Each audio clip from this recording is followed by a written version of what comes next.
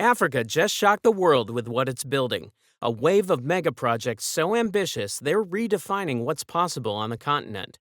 This is Africa's mega project boom, a new era of infrastructure that's transforming nations and rewriting global expectations. For decades, the world has seen Africa through one narrow lens: poverty, aid, and missed opportunities. But that picture is changing fast. Across the continent, colossal projects are rising: dams, highways, railways, ports, and cities so bold they rival the biggest engineering marvels on Earth. These aren't small steps, they're giant leaps designed to power cities, connect nations, and transform Africa's place in the world. So let's dive into how Africa is reshaping the future. Deep in the Democratic Republic of Congo flows the Congo River, a river so massive that it carries more than 10 times the water of the Nile. At one point, this giant plunges nearly 100 meters down a stretch called Inga Falls. This isn't some gentle waterfall, it's the strongest rush of white water anywhere on Earth. Kayakers who tried to ride it almost never survived. But to engineers, this deadly force means something else: power. Enough power, they believe, to light up nearly all of Africa. So why hasn't this dream come true yet? The Congo already has two dams built at this spot, Inga 1 and Inga 2. But here's the problem. Together, they only capture a tiny fraction of the river's strength. And worse, because of years of poor upkeep, they now run at less than one-third of the power they were designed to make. That's why the government has brought back a much bigger idea: the Grand Inga Dam. What makes this plan so bold? Well, for one, it's not just another dam. It would be the largest hydropower project on the planet. If completed, the Grand Inga could produce up to 40,000 megawatts of electricity. That's almost double the power of China's Three Gorges Dam, which is currently the biggest in the world. Imagine the impact: lights on in homes, factories running, and whole cities powered by one river. But the vision doesn't stop at the Congo's borders. Supporters want the electricity to flow across Africa, from South Africa to Egypt, and even beyond the continent. In theory, this single project could change the energy future for dozens of nations. Of course, there's a catch. Big dreams come with big problems. The cost? Over $80 billion, making it one of the most expensive projects in history. Then there's politics. The DRC has faced instability, corruption, and conflict for decades. Can a country with so many challenges really pull off something this massive? And even if the dam is built, questions remain. What about the people living nearby who would have to move? What about the environment that could be changed forever? Still, the idea of turning the raw fury of Inga Falls into clean energy is too powerful to ignore. The Grand Inga Dam could either be Africa's greatest leap forward or one of its most impossible dreams. The plan is almost too big to believe. A giant wall at the Bundi Valley would push Congo's raging waters into 6 massive power stations. Together, they could make 40 gigawatts of power, twice as much as China's Three Gorges Dam, the largest in the world today. But here's the catch. What about the cost? Around $80 billion, which is more than the DRC's whole economy. What about the risks? Tens of thousands of people could be forced to move, ecosystems could be damaged, and the project would depend on foreign investors to pay the bill. So, is this really Africa's energy revolution, or just an impossible dream weighed down by money and corruption? To see why this project matters, we need to look back. Inga 1 and 2 were built on a side channel, using less than 5% of the river's true power. Over time, poor care dragged them down to only about 30% of the power they were designed to make. That's why engineers came up with Inga 3. It would add about 4.5 gigawatts of power to start bringing things back. But that's just the first step. The bigger Grand Inga plan would stack 6 powerhouses, each making between 4 and 6 gigawatts to reach that huge 40 gigawatt goal. How would it work? The design uses 2 big walls, one at the top of Inga Falls to push the river into the Bundi Valley, and another at the lower end of the valley to force water through turbines before it returns to the river. But a project of this size can't happen alone. It needs partners. Development banks have shown interest. South Africa has even talked about buying huge amounts of power. Agreements have pointed to thousands of megawatts being sold, with each powerhouse possibly paid for by a different investor and tied to export lines that stretch across Africa's power grid. The idea sounds simple: turn the raw power of the Congo River into electricity for an entire continent. But the real question is, can the Grand Inga Dam ever move from dream to reality? But the risks are real. Big dams often go over budget, sometimes even doubling in cost. If that happens here, the price would climb to numbers no single African treasury could ever pay. And the local impacts? They are heavy. Tens of thousands of people in the Bundi Valley would have to leave their homes. Sensitive habitats, including the range of bonobos, would also come under pressure. Then there's the issue of governance. Can the money truly reach the concrete turbines and power lines that matter? Or will corruption stand in the way? And yet, the upside is huge. The Inga site holds about 42,000 megawatts of hydropower potential. That's enough to change an entire region where access to electricity is still painfully low. Could one river really become the answer to Africa's energy needs? If the finance is secured, if the safeguards are kept, and if the regional sales are locked in, then the Grand Inga could turn the raw force of the falls into the backbone of Africa's power grid. But what if those pieces never come together? Then the Grand Inga remains only a plan on paper, roaring beside the falls, but never lighting the continent it promises to power. Far to the northeast, Ethiopia has already built what the Congo still only dreams about. On the Blue Nile, near the border with Sudan, stands the Grand Ethiopian Renaissance Dam, GERD. Built for $5 billion, this concrete giant is the largest hydroelectric dam in Africa. Its walls rise 170 meters high, holding back a reservoir so huge it covers more land than Greater London. And when it runs at full power, GERD produces more than 5,000 megawatts of electricity, enough to push Ethiopia into the world's top 20 hydropower nations. But here's the question: why does this dam matter so much? For Ethiopia, GERD is more than energy. It is pride, it is freedom, it is proof that Africa can build big on a global scale. In villages that once lived in darkness, people can now switch on lights at night. Families run refrigerators to keep food fresh. Farmers pump water to grow their crops. For millions, the change is life changing, and Ethiopia has even bigger plans. Leaders promise that the extra power will be sold across borders, turning Ethiopia into a regional energy hub. And here's the key point: it's not just a plan anymore. The first turbines came online in 2022, showing the world that GERD was real. By 2025, the dam reached its full capacity of 5,150 megawatts, delivering exactly what was promised. So, what does this mean for Ethiopia? It means more energy for its people, more income from exports, and more standing on the world stage. And for Africa, it shows what's possible when a nation dares to dream and actually makes it happen. But the GERD has set off fierce disputes.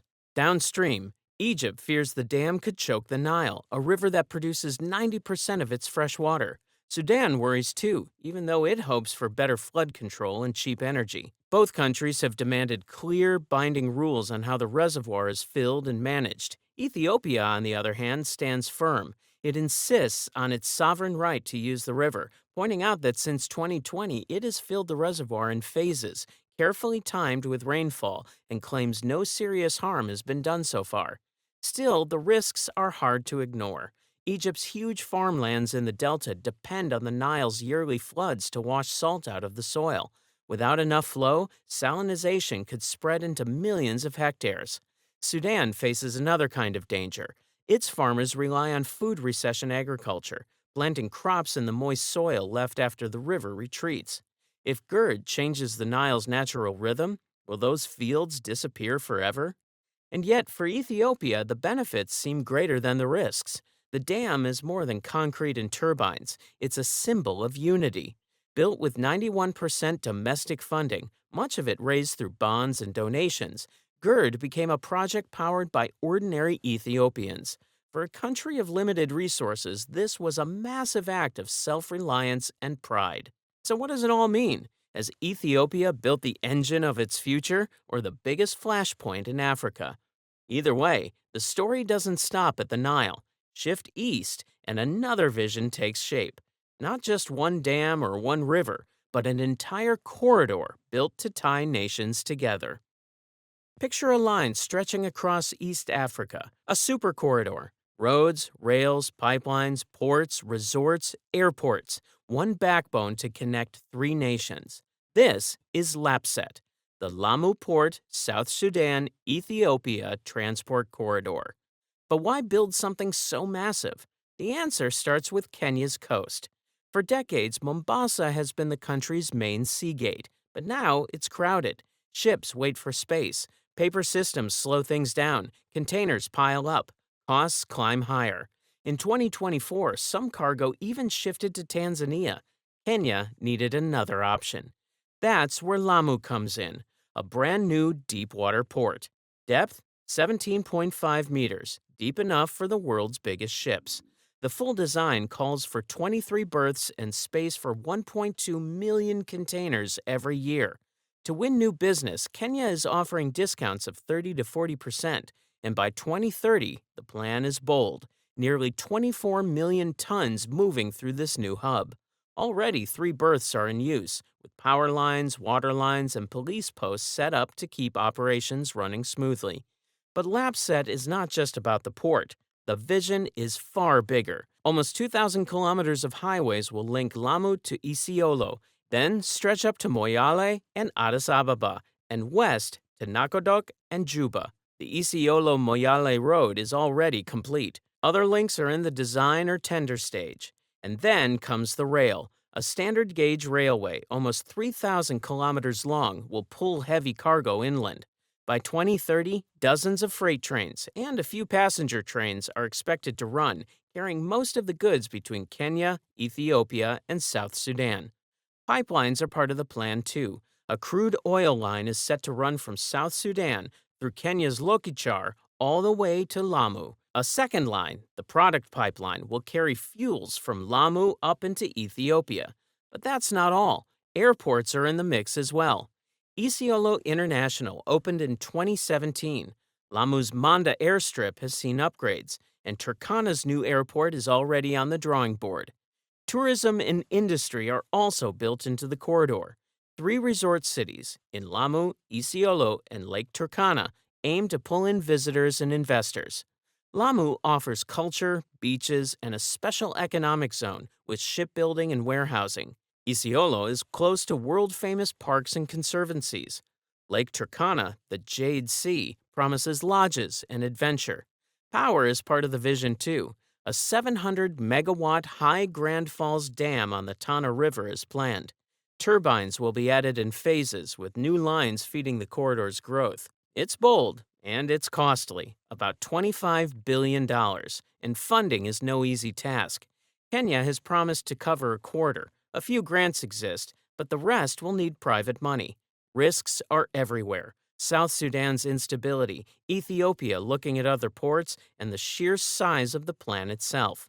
Yet the prize is huge, a second Kenyan gateway, a land bridge linking the Indian Ocean to the heart of Africa and even beyond. Now let's zoom in. 60 kilometers southeast of Nairobi, wide open plains, sun, wind, and then streets appear, smart poles rise, fiber lines run underground, glass towers climb. This is Konza Technopolis, the Silicon Savannah. Konza covers 5,000 acres. It's one of Kenya's Vision 2030 flagships. The mission is bold. Build a smart and green city that fuels jobs and growth. Who runs it? The Konza Technopolis Development Authority under the Digital Ministry. And the target? To lift the economy and add a strong share to national output. So what does the city look like? Walk the streets and you'll see wide paths with planted trees, benches and green zones, a police command center watching from above. Even the streetlights are smart. They sense traffic, they share data, they save power. At crosswalks, rules are marked and enforced. Under your feet, hidden cables carry high-speed internet across the city. At the center of it all is the National Data Center. It's a Tier 3 facility built for both government and business. Inside, it offers cloud services, software, platforms, infrastructure, and co-location. Think of it as the brains of Konza. It's what keeps the city alive and connected. And construction? It's moving fast. A big conference center is rising, with glass walls going up. A linked hotel is part of the plan, too. Huawei's data center stack is already humming nearby. Phase 1 land parcels are nearly all taken, and thousands of direct jobs are already here. Konza is not just a city, it's a bet. Can Kenya turn open plains into a hub for tech and science? Can it build a silicon savannah that pulls talent, money, and ideas? The foundations are here, the lights are on, the servers are running. Now, the world is watching to see if this smart city can truly deliver. Konza is also about people and ideas. Programs bring students and startups into the same space. Digital skills grow under Jitume. A creative economy center takes shape. Hubs for innovators open their doors. Labs for AI, robotics, and biotech rise block by block. A new campus by Riara University is going up. A Korean backed institute, built on the model of a top Asian tech powerhouse, is set to train the next wave, powered by major funds from Seoul. But what about the city itself? The promise is bold, a city wired for low waste and clean power. Solar glints on rooftops, systems track every watt and every drop. Planners speak of zero carbon goals, smart meters, tight control from your phone. The design favors walkers, bikers, and green roofs. It feels like a place built to think, test, and grow. Yet here's the question: who lives here now? The answer is no one, not yet. But the plan looks ahead, a future population in the hundreds of thousands. Investors are told why they should come. Government support, a strategic spot on main routes, modern pipes and fast fiber, and a market that is young, eager, and growing. Stand at sunset and watch the lights flicker on. You feel a city starting to breathe. Is this Africa's launchpad for innovation, a true silicon savannah on the plains? Or will building a city from scratch test patience, money, and time before the streets fill and the servers hum at full speed? Africa's mega projects are more than construction, they're symbols of ambition. From the Grand Inga Dam's promise of boundless power to Ethiopia's GERD and Kenya's bold LAPSSET corridor, all the way to the futuristic Konza Technopolis, each tells a story of hope, risk, and determination. But what do you think? Are these the engines of Africa's future, or projects weighed down by controversy? Share your thoughts in the comments. And don't forget to like, subscribe, and turn on notifications for more.